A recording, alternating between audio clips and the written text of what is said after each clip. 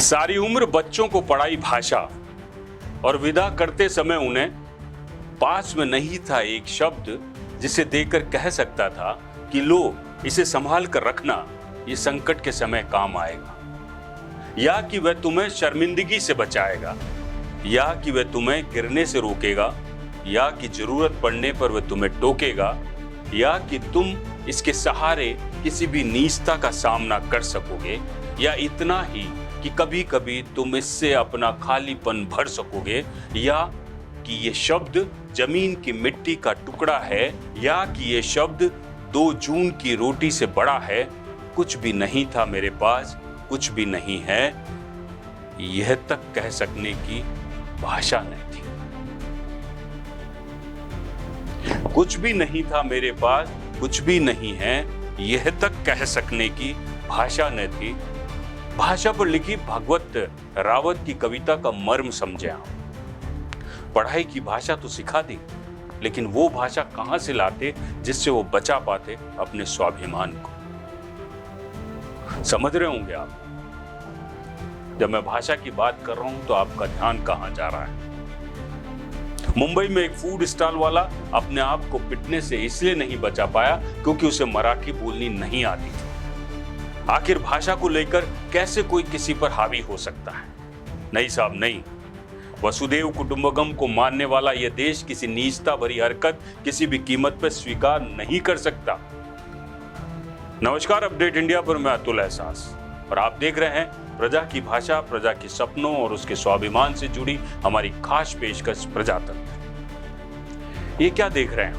आए दिन ऐसी घटनाएं हमारे भारतीय होने पर दाग लगा रही हैं। वसुधैव कुटुंबकम, पूरा विश्व एक परिवार है, लेकिन यहां तो अपने देश में ही लोग अपने लोगों को परिवार का नहीं मान रहे और सभी तरह की भाषाओं, संस्कृति और सभ्यता के देश भारत में हमें डर के जीना पड़ रहा है। हम उन नेताओं से पूछना चाहेंगे, क्या मुंबई देश का हिस्सा नहीं है?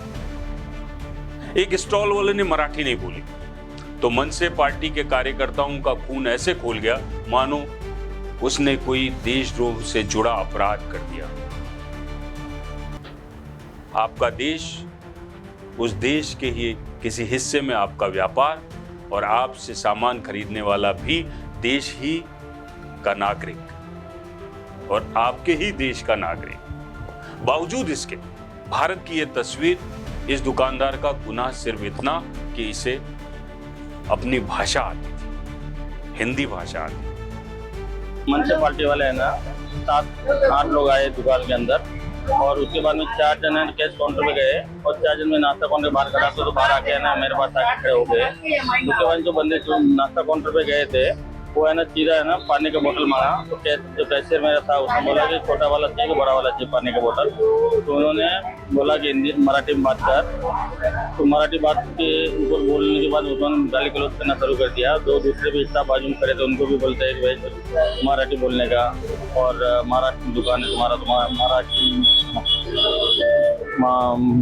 मराठी में बात करने का, ऐसा करके ना अंदर से मराठी में बात नहीं किया तो तुम्हारी दुकान पर तोड़ देंगे, तुमको जैसे भगा देंगे, महाराष्ट्र को धंधा करने का वो नहीं है। ये एक किस्सा नहीं है साहब। कभी डिलीवरी बॉय से इसलिए पार्सल लेने से इनकार कर दिया जाता है क्योंकि उसे मराठी नहीं आती है। और अब आप ये वीडियो भी देख लीजिए, भाषा को लेकर एक बेटी को किस तरह अपमानित किया जा रहा है। हमारे प्रधानमंत्री मोदी जी जिस भी राज्य में जाते हैं उस राज्य में अपने आप को जोड़ते हैं, चाहे राजस्थान हो, मध्य प्रदेश हो, उत्तर प्रदेश हो, बिहार या कोई अन्य राज्य। बीते दिनों उन्होंने महाराष्ट्र में भी अपना गहरा नाता बताया था। मैं जब मराठी के बारे में सोचता हूं तो मुझे संत ज्ञानेश्वर का वचन याद आना बहुत स्वाभाविक है। माझा मराठीची बोलू कौतुके, परी अमृताते ही पैजासी जिंके। यानी मराठी भाषा अमृत से भी बढ़कर मीठी है। इसलिए मराठी भाषा और मराठी संस्कृति के प्रति मेरा जो प्रेम है आप सब उससे भली भांति परिचित है। अब मोदी जी से हम यही कहना चाहते हैं कि आपका मराठी भाषा से जुड़ाव है, अन्य भाषाओं का भी आप सम्मान करते हैं, पूरी दुनिया से आप वसुधैव कुटुंबकम वाले भाव की मजबूती देते हैं। ऐसे में देश के प्रधान सेवक होने के नाते यहाँ का हर नागरिक आपसे ये उम्मीद तो कर ही सकता है कि आप हर उस नागरिक के हितों की रक्षा करें जो अपने परिवार को पालने के लिए भारत की इसी मिट्टी में सेवा भाव से लगा हुआ है। महाराष्ट्र में अभी भाजपा की सरकार है, हिंदूवादी भाजपा सरकार। ऐसे में आए दिन हिंदुओं पर इस तरह हो रहे अत्याचार को लेकर क्या सरकार की जिम्मेदारी नहीं बनती है कि इस भाषा संबंधी समस्या का जड़ से खात्मा कर दे। फडणवीस सरकार के मंत्री नीतीश राणे ने तो इस मुद्दे को लेकर न सिर्फ बेबाकी से अपनी राय रखी बल्कि एक तरह से अपनी ही सरकार को आईना दिखाने का काम भी किया है। एक हिंदू को मारा गया है तो मुझे बोलना है कि इतनी हिम्मत जाके नल बाजार और मोहम्मद अली रोड में दिखाओ ना। वो जो दाढ़ी वाले और गोल टोपी वाले क्या मराठी में बात करते क्या? शुद्ध मराठी में बात करते क्या? उधर जाने की उनको कान के नीचे बजाने की हिम्मत नहीं है। जावेद अख्तर क्या मराठी में बात करता है क्या? आमिर खान क्या मराठी में गाता है क्या? उधर उसके मुंह से मराठी निकालने की हिम्मत नहीं है। ये गरीब हिंदू को क्यों मारने की हिम्मत कर रहे हो? ये सरकार हिंदू ने बिठाई है, हिंदुत्व विचार की सरकार है। इतनी बड़ी बात बोल दी मंत्री राणे ने कि अगर हिम्मत है तो मुंबई के नल बाजार, मोहम्मद अली रोड जैसे मुस्लिम इलाकों में जाकर लोगों से मराठी में बात करने को कहूं। क्या उनमें इतनी हिम्मत है कि वहां जाकर टोपी पहनने वालों को मारे? राणा ने यह भी कहा कि क्या आमिर खान और जावेद अख्तर मराठी बोलते हैं? नहीं, लेकिन कोई उन्हें कुछ नहीं कहता। गरीब हिंदू अगर हिंदी बोलता है तो उसे मारा जाता है। राणा ने चेतावनी भरे लहजे में कहा कि जो भी हिंदुओं पर दादागिरी करेगा सरकार उस पर सख्त कार्रवाई करेगी। अब सरकार अपनी तीसरी आंख खोले। तो सब बॉलीवुड मुंबई से ही चलता है। या हिंदी में ही फिल्में बनती है, फिल्में ही नहीं बल्कि वेब सीरीज, वेब और सीरियल, शॉर्ट फिल्म सभी बनती है। तो क्या आप उन सभी कलाकारों के साथ भी मारपीट करेंगे? उन्हें मराठी में बोलने को कहेंगे या उन्हें मुंबई छोड़कर जाने की सलाह देंगे? नहीं, आप ऐसा नहीं कर पाएंगे, क्योंकि ऐसा हुआ तो देश की अर्थव्यवस्था में मुंबई का योगदान कम हो जाएगा। इस पूरे मामले में महाराष्ट्र के मुख्यमंत्री देवेंद्र फडणवीस को भी सुन लेते हैं कि उन्होंने क्या कहा या वो क्या कहना चाहते हैं। मैं बहुत स्पष्ट शब्दों में बताना चाहता हूं, महाराष्ट्र में मराठी भाषा का अभिमान रखना ये कोई गलत बात नहीं है, लेकिन भाषा के चलते अगर कोई गुंडागर्दी करेगा तो इसको हम सहन नहीं करने वाले। कोई अगर भाषा के आधार पर मारपीट करेगा तो ये सहन नहीं किया जाएगा। जिस प्रकार की घटना हुई है उसके ऊपर पुलिस ने एफआईआर भी किया और कार्रवाई भी की है, और आगे भी अगर कोई इस प्रकार से भाषा का विवाद करेगा तो उसके ऊपर कानूनन कार्रवाई होगी। हमको हमारी मराठी का अभिमान है, लेकिन भारत की किसी भी भाषा के साथ इस प्रकार से अन्याय नहीं किया जा सकता, ये भी हमको ध्यान में रखना पड़ेगा। और मुझे तो कभी कभी आश्चर्य होता है कि ये लोग अंग्रेजी को गले लगाते हैं और हिंदी के ऊपर विवाद करते हैं। ये कौन सा विचार है और ये किस प्रकार की कार्रवाई है? इसलिए इस प्रकार से जो लोग ऐसा कानून हाथ में लेंगे इनके साथ कड़ी कार्रवाई की जाएगी। महाराष्ट्र में मराठी बनाम हिंदी को लेकर ये विवाद नया नहीं है, लेकिन इस बार इस मुद्दे ने कुछ ज्यादा ही तूल पकड़ा है, या यूं कहें कि नेताओं द्वारा इसे मुद्दा बनाकर राजनीति की बिसात बिछाई गई, क्योंकि महाराष्ट्र में इस साल के अंत में मुंबई, ठाणे, पुणे, नागपुर और नासिक समेत कई अन्य शहरों में नगर निगम चुनाव होने हैं। माना जा रहा है कि राज ठाकरे की महाराष्ट्र नवनिर्माण सेना और उद्धव ठाकरे की शिवसेना पार्टी दोनों मिलकर चुनाव लड़ सकते हैं, और शायद यही वजह रही कि शनिवार को मुंबई में हुई मराठी विजय दिवस रैली में दोनों ठाकरे ब्रदर्स करीब 20 साल बाद एक मंच पर एक साथ दिखे। महाराष्ट्र की राजनीति में राज ठाकरे अपना वजूद तलाश रहे हैं। वहीं शिवसेना पार्टी के टूटने और उसके बंटवारे के बाद उद्धव ठाकरे, उनकी पार्टी भी कमजोर हुई है, वो भी अपना वजूद ढूंढ रहे हैं। वहीं दोनों भाइयों के एक साथ आने को लेकर शिवसेना यूपीटी नेता संजय राउत अलग ही राग अलाप है। राउत ने कहा कि महायुति नेता और देवेंद्र फडणवीस दोनों ठाकरे के एक साथ आने से परेशान हैं। उन्होंने फडणवीस के उद्धव ठाकरे को लेकर दिए गए बयान पर पलटवार करते हुए कहा कि फडणवीस और उप मुख्यमंत्री एकनाथ शिंदे को अब रोने का कार्यक्रम शुरू करना चाहिए। राउत ने कहा कि महाराष्ट्र ने हिंदी थोपे जाने के खिलाफ लड़ाई जीत ली है। संजय राउत से हम पूछना चाहेंगे कि हिंदी को लेकर ये कौन सी लड़ाई है जो आपने जीत ली? भाषा को लेकर हमारे देश में विवाद होता है, समझ आता है, लेकिन आपने तो इसे लड़ाई करार दे दी। आप ये कह सकते हैं कि राजनीतिक लड़ाई जीत ली है तो समझ में आता है, लेकिन आपने अपने बयान में हिंदी भाषा पे जोर दिया, यानी लड़ाई भाषा को लेकर है, राजनीतिक लड़ाई नहीं है। कैसा मजाक है साहब। कभी कभी तरस आता है ऐसे लोगों पे।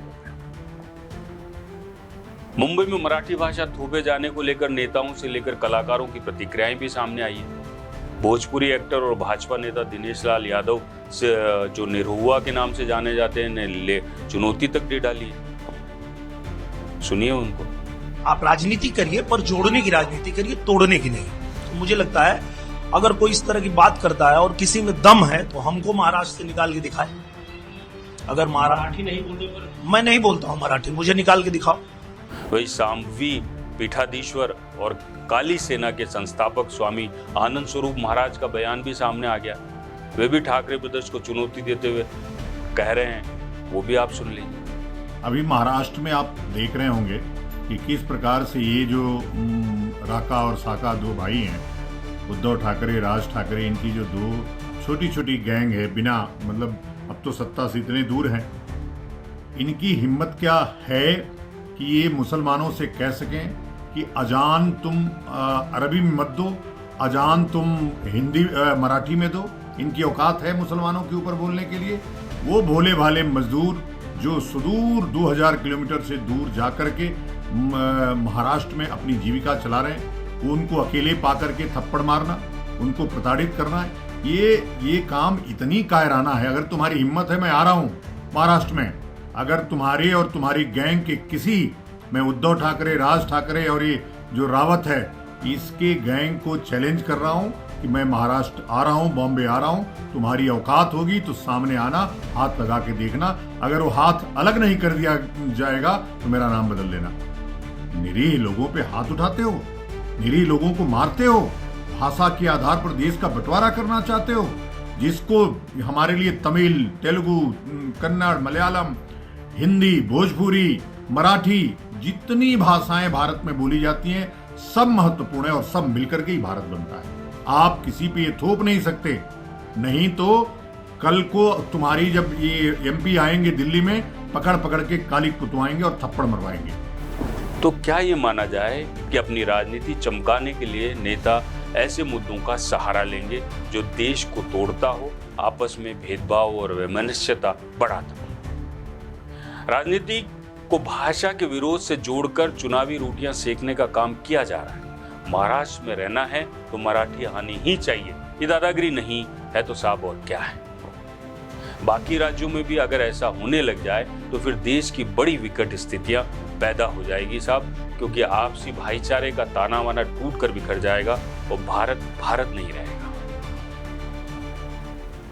पहलगाम आतंकी घटना तो आपको याद होगी, जहां धर्म पूछकर गोली मारी गई। मुंबई में भाषा के नाम पर मारपीट, हम दोनों घटनाओं की तुलना नहीं कर रहे हैं, लेकिन मुंबई में भी तो इंसान को मारा जा रहा है, यह एहसास कराकर कि उसे मराठी भाषा नहीं आती है। वहां धर्म पूछकर मारा गया या भाषा पूछकर मारपीट की जा रही है। अब राजनीति करिए, लेकिन देश की अखंडता और एकता को तोड़ने का हक आपको किसने दिया है? अरुणिमा अरुण कमल की कविता के माध्यम से आपको अंत में जाते जाते कुछ कहना चाहूंगा। देश का परचम फिर एक दिन लहराएगा, हम देखेंगे। अपनी भाषा संग हिंद विश्व पर छाएगा, हम देखेंगे। देश से इसके दीप्त प्रभावित सब होंगे, ये भी हम देखेंगे। हर देशवासी जब हिंदी पर इतराएगा, हम देखेंगे। तेरे सुंदर शब्दों सा या तेरी अभिव्यक्ति का क्या कहना, कहावतें हों या फिर ऐसे तेरे मुहावरे क्या कहना। कविता के सोपानों पर हम जब तक चाहे चढ़ते जाएं, डूब ही जाना हो तो इसके भंवरों का ही क्या कहना। देश नहीं विदेशों में भी छा जाएगी देखना तुम, कश्मीर से लेकर केरल तक ये आ जाएगी देखना तुम। हर देश में इसके सीखने वालों की होगी तब होड़ ऐसी, हिंदी भी एक दिन विश्व भाषा कहलाएगी देखना तुम।